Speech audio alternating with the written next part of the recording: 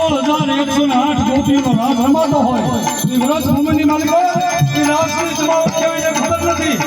પણ ભગવાન કૃષ્ણ અને એક ગોપીનો જ્યારે રાસ હોય અને આપણે આઘાત નહીં અહીંથી એમ કહેવાય ગોપરા ફૂટવ્યા જાય બાપા, તો એમ કહેવાય કે દેવાથી દેવ મહાદેવ ભોળિયો નાથ ગોપરાજની ભૂમિ ઉપર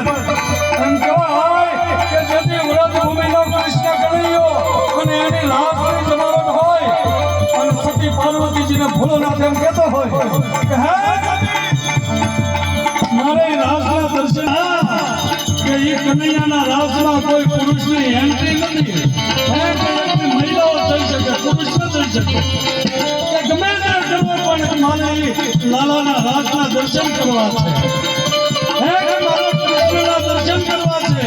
એ ગોપીઓને એક કૃષ્ણ 16,108 રાસની જમાવટ કેવી છે ત્યારે એમ કહેવાય કે એક મકવાણા પરિવારનો હાથમાં અહીંયા પહોંચી જાય એવા સમયે અને આપણો નરસિંહ મહેતો અહીંની તળાજાની જન્મભૂમિ, નરસિંહ મહેતાની જન્મભૂમિ આપણી તળાજાની જ છે, તો એ નરસિંહ કહેવાય કે હાથમાં મશાલ લઈને ઊભા હોય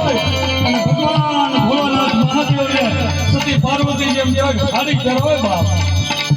અને કહેવાય કે સતી પાર્વતીજી હાડી પહેરી અને રાસના દર્શન કરવા માટે સતી પાર્વતીની હાડી ભોળોનાથ કરે અને એમાંની નાક ડોક્યા કરે